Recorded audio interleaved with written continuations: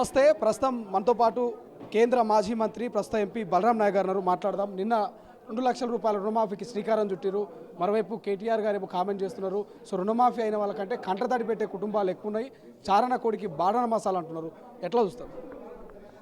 అసలు కేటీఆర్ గారికి ఏమైనా క్లారిటీ ఉందా? వాళ్ళు చేసిన వాగ్దానం ఏదైనా నిలబెట్టుకున్నది ఉండదా? మేము ఇచ్చిన వాగ్దానానికి రాహుల్ గాంధీ గారు వచ్చి బహిరంగ సభ పెట్టి ఇవాళ రేవంత్ రెడ్డి గారు గౌరవనీయ ముఖ్యమంత్రి గారు ఇవాళ ఇచ్చిన మాటను నిలబెట్టుకున్న ఘనత అది రేవంత్ రెడ్డి గారి. కాబట్టి మా మీద వాళ్లకు దుమ్ము దల్లాలనే ఉద్దేశం తప్ప వాళ్లకు ఈ రాష్ట్రానికి బాగుపెట్టే ఉద్దేశం కానీ, ఈ రాష్ట్రానికి ఒక దారి చూపెట్టే ఉద్దేశం కానీ, రైతుల పట్ల చిరునవ్వు చూడాలనే ఉద్దేశం కానీ వారికి ఎలాంటి ఉద్దేశం లేదు. కాబట్టే దుమ్ము దలిపే ఉద్దేశం తప్ప మా మీద వాళ్లకు మేము రైతు బంధించాం, రైతు రుణమాపిస్తున్నాం. ఇవన్నీ కూడా గౌరవనీయ ముఖ్యమంత్రి గారు ఇచ్చిన మాట నిలబెట్టుకున్నందుకు వాళ్ళకు బాధాకరంగా ఉన్నది అనేది వాస్తవమే అని చెప్పడం జరుగుతుంది. దాంతోపాటుగా మీరు 2 లక్షల రూపాయల రుణమాఫీ చేస్తే ఒకవేళ నేను రాజీనామా చేస్తా అంటూ గతంలో హరీష్ రావు గారు చెప్పినటువంటి పరిస్థితి. ఇప్పుడేమో 2 లక్షల రుణమాఫీకి శ్రీకారం చుట్టుకున్నారు. మరి ఏమైనా డిమాండ్ చేస్తారా? ఆయనేమో 6 గ్యారెంటీలు 13 అంశాలు ఎప్పుడైతే కాంగ్రెస్ పార్టీ అమలు చేస్తుందో అప్పుడు నేను ఖచ్చితంగా రాజీనామా చేస్తా అంటున్నాను. అసలు కేసీఆర్ హరీష్ రావు రాజీనామా చేస్తేంది, ఉంటేంది, మాకు ఆయన లేకపోతేంది, ఆయన రాజీనామా చేస్తేంది. ఆయనే అన్నాడు రుణమాఫీ 2 లక్షలు చేస్తే నేను రాజీనామా చేస్తాను. మరి చేసేయమని చెప్పు, ఇచ్చేస్తున్నాం. ఆగస్టు 15 క్లోజ్ చేస్తాం. రాజీనామా చేసి ఇట్లా కూర్చోమను, నీకు వద్దని ఎవడంటాడు?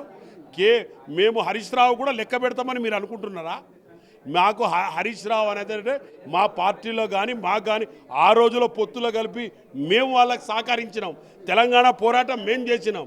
అంతే తప్ప ఆయనకి ఏమి తెలియదు ప్రజల పట్ల. ఆయన ప్రజల పట్ల నాకు తెలుసు. నేను ఏదో పెద్ద సీనియర్ లీడర్లు, నేను ఉద్యమకారుడి లీడర్ని అనుకున్నాడు మాత్రం కాదు. తెలంగాణ పోరాటం చేసింది మేము, తెలంగాణ తెచ్చింది మేము, తెలంగాణ ప్రజలకు చూసేది మేము.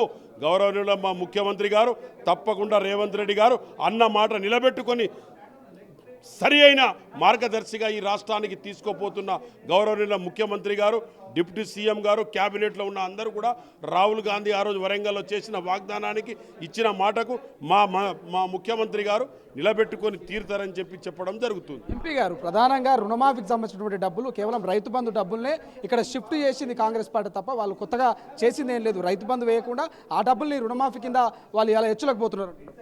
అదే పని ఆయన చేయకపోయిండు, మరి మాకు ఇవాళ దుమ్ము గొలుపుతున్నాడు. ట్రైబల్కి ఇచ్చిండు 10% రిజర్వేషన్ అని. ఎలాంటి అమెండ్మెంట్ తీసుకొచ్చిండు గవర్నమెంట్ ఆఫ్ ఇండియాలో? ఎవరు ఎల్కేజీ టు పీజీ అన్నాడు, అన్ని మాటలు చెప్పాడు. ఏదైనా ఉద్యోగాలు ఇచ్చాడా? ఎవరికైనా ట్రైబల్ ఎస్టీ టీచర్ సెలక్షన్ ఎప్పుడైనా చేశారా? ఇవన్నీ కూడా వట్టి గాలి మాటలు చెప్తున్న హరీష్ రావు గారు అను కేటీఆర్ గారు నన్ను అడుగుమనండి, నేను చెప్తా. నాతో వచ్చి కూర్చోమనండి. వాళ్ళ రాష్ట్రానికి ఏం చేస్తున్నారు, మేము ఏం చేసేది అనేది చూపెడతాం. వచ్చి కూర్చోమనండి ఎక్కడైనా. చివరిగా పార్టీ ఫిరాయింపుల మీద ఏమైనా కామెంట్ చేస్తారా? 100% పార్టీ ఫిరాయింపు వాళ్ళు చేశారండి. ముందుగాల మా కాంగ్రెస్ ఎమ్మెల్యేని ఆ రోజుల్లో కొనుక్కున్నారు. అదంతా ఎందుకు?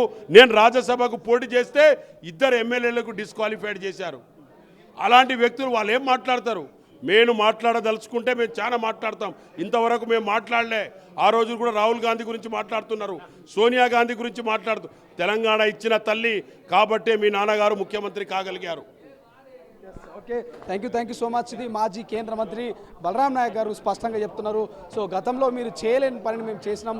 అటు హరీష్ రావు కావచ్చు, ఇటు కేటీఆర్ కావచ్చు, ఇతర ప్రతిపక్ష పార్టీ నాయకులంతా కూడా మీరు నిజంగా అప్పుడు చిత్తశుద్ధి ఉంటే అప్పుడు ఏం చేశారు, ఎందుకు రైతులకు పూర్తి స్థాయి రుణమాఫీ చేయలేకపోయారు, ఇక గతంలో పార్టీ ఫిరాయింపులో కూడా పాల్పడింది మీరు. సో ఇవాళ మీరు మా మీద కామెంట్ చేయడం అంటూ మాజీ కేంద్ర మంత్రి బలరాం నాయక్ గారు అటు హరీష్ రావు అటు కేటీఆర్కు కౌంటర్ ఇచ్చే ప్రయత్నం చేశారు. సో చూద్దాం ఈ ఇష్యూ ఎక్కడ దాకా వెళ్తుంది అనేది. కెమెరా పర్సన్ అజయ్తో శ్రీశైలం, తొలి వెలుగు, గాంధీ భవన్. అసలైన తొలి వెలుగు. ఫాలో వాట్సాప్ @తొలి వెలుగు official.